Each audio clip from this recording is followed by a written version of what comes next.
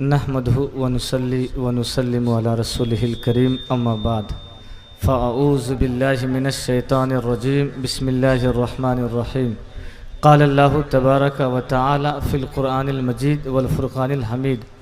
قل لا أسألكم عليه أجرا إلا المودة في القربى صدق الله مولانا العظيم وبلغنا رسوله النبي الأمين المتين الكريم ونحن على ذلك لمن الشاهدين والشاکرین والحمد للہ رب العالمین۔ اسٹیج پر رونق افروز باوقار علماء اہل سنت و سامعین اہل سنت و شعراء اہل سنت، السلام علیکم ورحمۃ اللہ وبرکاتہ۔ آئیے حسب عادت اور حسب معمول کچھ سننے اور سنانے سے قبل ہم اور آپ مل کر انتہائی عقیدت و محبت کے ساتھ اور انتہائی ادب و احترام کے ساتھ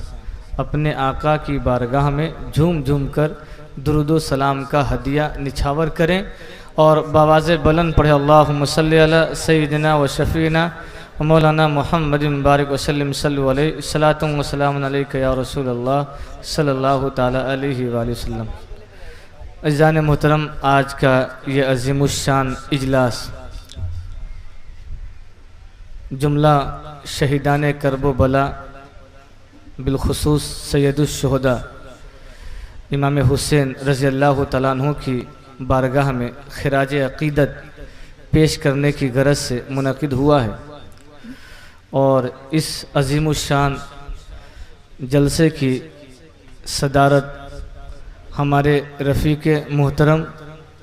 محب گرامی اور آپ کے ہر دل عزیز خطیب و امام حضرت علامہ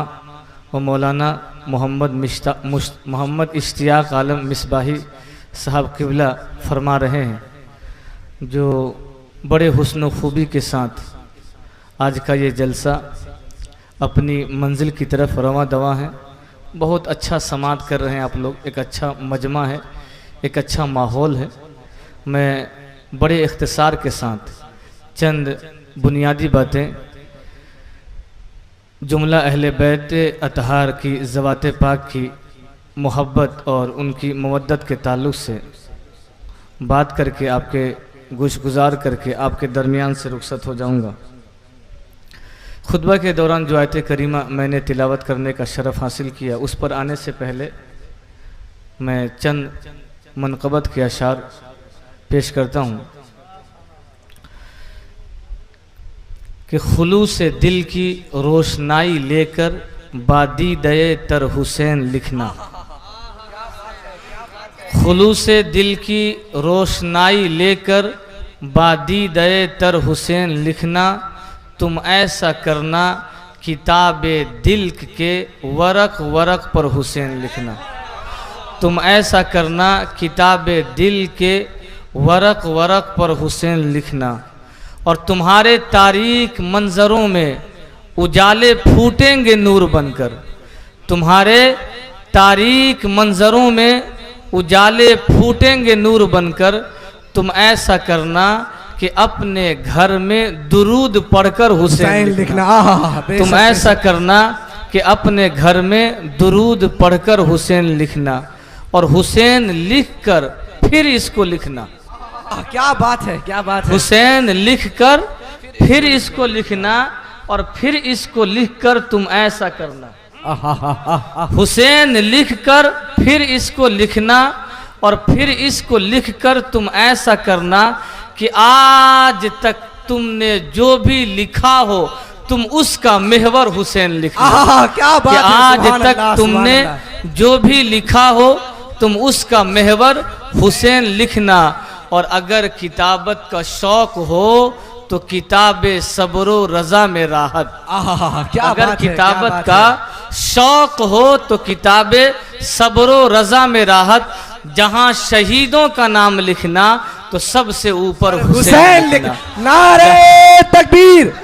نعرہ رسالت، علماء اہل سنت، مسلک اعلی حضرت، نعرہ تکبیر، شہید اعظم کانفرنس۔ تو عزیزان محترم، جہاں تک اہل بیت اطہار رضوان اللہ تعالیٰ علیہم اجمعین کی ذوات پاک کے ساتھ محبت اور مودت کا تعلق ہے، تو ہر اہل ایمان اس کو اپنے لیے جزو ایمان ہی نہیں بلکہ عین ایمان سمجھتا ہے، اور یہ عقیدہ کسی افراط و تفرید پر مبنی نہیں ہے بلکہ حکم خداوندی بھی یہی ہے اور فرمان مصطفیٰ بھی یہی ہے۔ اور اس روشن حقیقت کو قرآن مجید نے جس واضحیت کے ساتھ اور خوش اسلوبی کے ساتھ بیان فرمایا ہے وہ اہل ایمان کے لیے راحت دل و جاں بھی ہے اور وجہ مضبوطی ایمان بھی ہے۔ آپ دیکھیں قرآن مجید کے اندر اللہ رب العزت نے ارشاد فرمایا قُلْ لَا أَسْأَلُكُمْ عَلَيْهِ أَجْرًا إِلَّا الْمَوَدَّةَ فِي الْقُرْبَى۔ اللہ رب العزت نے ہر دور میں اپنے نبی اور رسول بھیجے، اور ہر نبی اور رسول نے اپنے اپنے دور میں اپنی قوم کو اور اپنی امت کو ایک خدا کی طرف بلایا اور ایک خدا کا پرستار بنایا اور اپنی رسالت کی تبلیغ و اشاعت فرمائی، تو ساتھ ہی یہ فرما دیا کہ اے میری قوم، میں اپنی اس تبلیغ و اشاعت کے بدلے میں تم سے کوئی اجر طلب نہیں کرتا، تم سے کوئی معاوضہ طلب نہیں کرتا، تم سے کوئی اجرت طلب نہیں کرتا، تم سے کوئی مال و دولت طلب نہیں کرتا، بلکہ اس کا اجر تو میرے رب کے پاس۔ چنانچہ جب حضرت نوح علیہ السلام کی باری آئی اور آپ نے اپنی قوم کو ایک خدا کی عبادت کی طرف بلایا اور ایک خدا کا پرستار بنایا اور اپنی قوم کو ایک خدا کی پرستش کی طرف بلایا اور اپنی رسالت کی تبلیغ و اشاعت فرمائی، تو ساتھ ہی یہ فرما دیا کہ یا قومی لا اسألکم علیہ مالا ان اجریہ الا علی اللہ، کہ اے میری قوم، میں اپنی اس تبلیغ و اشاعت کے بدلے میں اور اپنی اس دعوت کے بدلے میں تم سے کوئی مال و دولت طلب نہیں کرتا، بلکہ اس کا اجر تو میرے رب کے پاس ہے۔ اسی طرح جب حضرت ہود علیہ السلام کی باری آئی اور آپ نے اپنی قوم کو ایک خدا کی عبادت کی طرف بلایا اور توحید کی دعوت دی اور اپنی رسالت کی تبلیغ و اشاعت فرمائی، تو ساتھ ہی یہ فرما دیا کہ یا قوم لا اسألکم علیہ اجرا ان اجری الا علی الذی فطرنی، کہ اے میری قوم، میں اپنی اس تبلیغ و اشاعت کے بدلے میں اور تمہیں دولت ایمان عطا کرنے کے صلے میں تم سے کوئی اجر طلب نہیں کرتا، بلکہ اس کا اجر تو میرے اس رب کے پاس ہے جس نے مجھے پیدا فرمایا ہے۔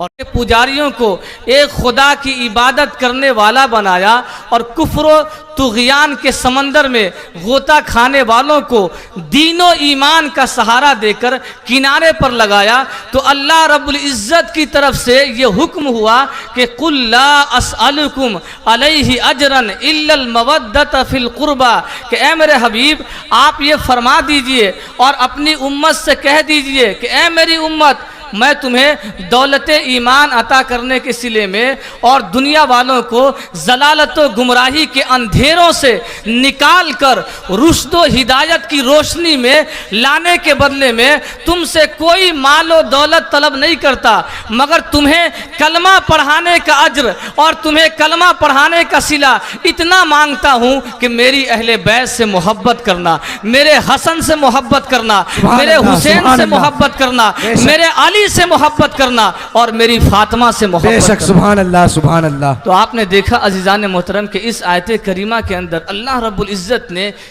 کس پیارے انداز کے ساتھ نبی کے کلمہ پڑھانے کا صلہ اور دولت ایمان عطا کرنے کا صلہ اور دنیا والوں کو ضلالت و گمراہی کے اندھیروں سے نکال کر رشد و ہدایت کی روشنی میں لانے کا بدلہ محبت اہل بیت کی صورت میں طلب کیا جا رہا ہے، اور اطرت پیغمبر کے ساتھ عشق کی صورت میں طلب کیا جا رہا ہے، اور عشق امام حضرت امام حسین رضی اللہ تعالیٰ عنہ کی صورت میں طلب کیا جا رہا ہے۔ اس سے یہ بات بالکل واضح ہو جاتی ہے کہ اگر کوئی مسلمان کلمہ بھی پڑھتا ہے، اگر کوئی مسلمان کلمہ بھی پڑھتا ہے، روزے بھی رکھتا ہے، حج بھی کرتا ہے، زکوٰۃ کی پابندی بھی کرتا ہے، نفل پر نفل پڑھتا ہے، اور ساری رات مصلی پر بیٹھ کر تہجد پر تہجد پڑھتا ہے، مگر اس کے دل میں محبت اہل بیت نہیں، تو نہ ہی اس کا ایمان سلامت رہے گا اور نہ ہی اس کے اعمال سلامت رہیں گے۔ اور آپ دیکھیں کہ اس آیت کریمہ کے اندر ایک لفظ ہے جس پر میں آپ کی توجہ مبذول کرانا چاہتا ہوں کہ اللہ رب العزت نے اس آیت کریمہ کے اندر ارشاد فرمایا کہ قُلْ لَا أَسْأَلُكُمْ عَلَيْهِ أَجْرًا إِلَّا الْمَوَدَّةَ فِي الْقُرْبَى، إِلَّا الْمَحَبَّةَ فِي الْقُرْبَى نہیں، یعنی میری اہل بیت سے مودت کرنا۔ حالانکہ قرآن مجید کے اندر لفظ محبت کا تذکرہ بھی آیا ہے۔ حضرت موسیٰ علیہ السلام کے لیے آپ قرآن مجید کو پڑھیں تو سورہ طٰہٰ کے اندر اللہ رب العزت نے ارشاد فرمایا وَأَلْقَيْتُ عَلَيْكَ مَحَبَّةً مِّنِّي کہ اے موسیٰ میں نے تیرے اوپر اپنی محبت کا نور چڑھا دیا، تجھے اپنی محبت کا لباس پہنا دیا، پھر تجھے ایسا ستھرا پیارا نورانی اور عظیم بنا دیا کہ جو تجھے دیکھتا تھا اپنا دل دے بیٹھتا تھا۔ تو قرآن مجید کے اندر لفظ محبت کا تذکرہ بھی ہے، اور اگرچہ مودت کا معنی محبت ہی ہے، مگر اللہ رب العزت نے جب اہل بیت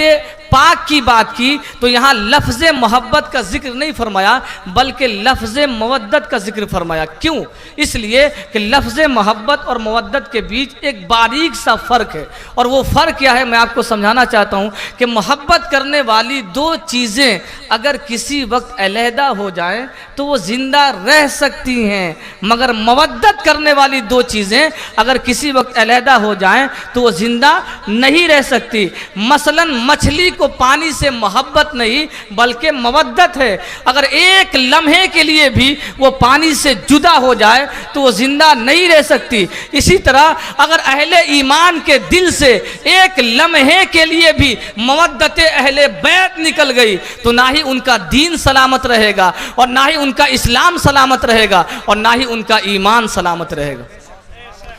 تو آپ دیکھیں کہ محبت اہل بیت کو اللہ رب العزت نے کس طرح اجاگر کیا، اور محبت اہل بیت کو اس آیت کریمہ کے ذریعے ہر اہل ایمان پر واجب فرما دیا اور فرض فرما دیا اور واجب فرما دی۔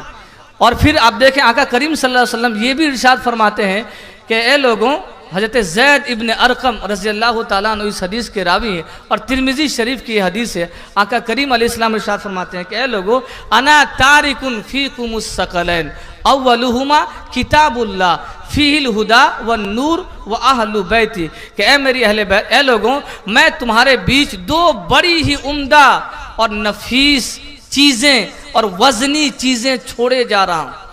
ان دونوں کو ہمیشہ اپنی زندگی میں مضبوطی کے ساتھ تھامے رہنا، ان دونوں کا دامن کبھی نہ چھوڑنا۔ اگر تم نے ان دونوں میں سے کسی ایک کا دامن بھی چھوڑ دیا تو تم گمراہ ہو جاؤ گے۔ تو اگر تم خود کو گمراہ ہونے سے بچانا چاہتے ہو تو تمہارے لیے لازم ہے کہ تم ان دونوں کے دامن کو ہمیشہ مضبوطی کے ساتھ تھامے رہنا، ان کے ساتھ ہمیشہ تمسک اختیار کرنا۔ اور وہ دو چیزیں کیا ہیں؟ فرمایا ایک قرآن جو اللہ کی مقدس کتاب ہے جس کے اندر ہدایت بھی ہے اور نور بھی ہے، اور دوسری میری اہل بیت ہے۔ ان دونوں کو ہمیشہ مضبوطی کے ساتھ تھامے رہنا، ان کو ہلکا نہ جاننا، ان کو اگنور نہ کرنا، ان کو نظر انداز نہ کرنا، یہ نہ سمجھنا کہ یہ ضروری نہیں ہے۔ نہیں، جس طرح قرآن مجید کو اگنور کرنا اور نظر انداز کرنا جرم ہے، اسی طرح محبت اور مودت اہل بیت کو نظر انداز کرنا بھی جرم ہے۔ اور جس طرح قرآن مجید کے ساتھ اپنے تعلق کو توڑنا جرم ہے اور گمراہی ہے، اسی طرح اہل بیت کے ساتھ اپنے تعلق کو توڑنا گمراہی ہے۔ اور جس طرح قرآن مجید کی تلاوت اہل ایمان کے لیے ان کے ایمان کی حلاوت اور مٹھاس کا باعث ہے، اسی طرح ذکر اہل بیت بھی ایمان کی حلاوت اور روشنی کا باعث ہے۔ تو آقا کریم صلی اللہ تعالیٰ علیہ وسلم نے ان دونوں کی محبت کو اور ان دونوں کے دامن کو مضبوطی کے ساتھ تھامنے کو ہمارے اوپر واجب قرار دے دیا اور فرض قرار دے دیا، اور فرما دیا کہ اگر تم اپنے آپ کو گمراہی سے محفوظ رکھنا چاہتے ہو تو ان دونوں میں سے کسی کا دامن ہرگز نہ چھوڑنا۔ پھر ایک آخری حدیث کوٹ کرتا ہوں، آقا کریم صلی اللہ تعالیٰ علیہ وآلہ وسلم یہ بھی ارشاد فرمایا اہل بیت اطہار کی محبت کے حوالے سے کہ مثل اہل بیتی مثل سفینۃ نوح من رکب فیہا نجا ومن تخلف عنہا غرق۔ آقا کریم علیہ السلام نے ارشاد فرمایا کہ اے لوگو،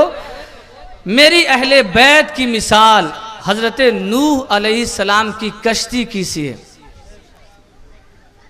یعنی جو لوگ میری اہل بیت کی محبت کی کشتی میں سوار ہو گئے وہ گمراہی کے بھنور میں پھنسنے سے بچ گئے، وہ کفر کے بھنور میں پھنسنے سے بچ گئے، وہ الحاد کے بھنور میں پھنسنے سے بچ گئے، وہ ساحل مراد تک پہنچ گئے، اور جنہوں نے میری اہل بیت کی محبت کی کشتی میں سوار ہونے سے انکار کر دیا وہ گمراہی کے بھنور میں پھنس گئے۔ تو اے لوگو، اگر تم گمراہی سے بچانا چاہتے ہو خود کو تو میری اہل بیت کی محبت کی کشتی میں سوار ہو جاؤ۔ اب دیکھیں نا کہ آج ہمارے گرد و پیش کے ماحول میں ہر طرف اور ہر چہار جانب سے گمراہی کا ایک حملہ ہے۔ غرق ہونے سے خود کو بچانا چاہتے ہو، اور اگر تم چاہتے ہو کہ تم گمراہی سے بچ جاؤ تو اس کے لیے لازم ہے کہ تم میری اہل بیت کی محبت کی کشتی میں سوار ہو جاؤ۔ جو لوگ میری اہل بیت کی محبت کی کشتی میں سوار ہو جائیں گے وہ گمراہی سے بچ جائیں گے، اور جنہوں نے میری اہل بیت کی محبت کی کشتی میں سوار ہونے سے انکار کر دیا انہیں گمراہ ہونے سے دنیا کی کوئی طاقت روک نہیں سکتی۔ تو اگر ہم چاہتے ہیں کہ ہمارا ایمان سلامت رہے، اگر ہم چاہتے ہیں کہ ہمارا اسلام سلامت رہے، اگر ہم چاہتے ہیں کہ ہمارے اعمال سلامت رہیں، تو اس کے لیے ضروری ہے کہ ہم اہل بیت اطہار کی ذوات پاک کے ساتھ بے پناہ محبت کریں، ان کا ادب کریں، ان کا احترام کریں۔ اللہ رب العزت کی بارگاہ میں دعا گو ہوں کہ اللہ رب العزت ہم سبوں کو اہل بیت اطہار سے محبت کرنے کی توفیق نصیب فرمائے اور ان کے نقوش قدم پر چلنے کی توفیق نصیب فرمائے۔ وما علینا الا البلاغ، اشہد ان لا الہ الا اللہ و اشہد ان محمدا عبدہ ورسولہ۔ السلام علیکم ورحمۃ اللہ۔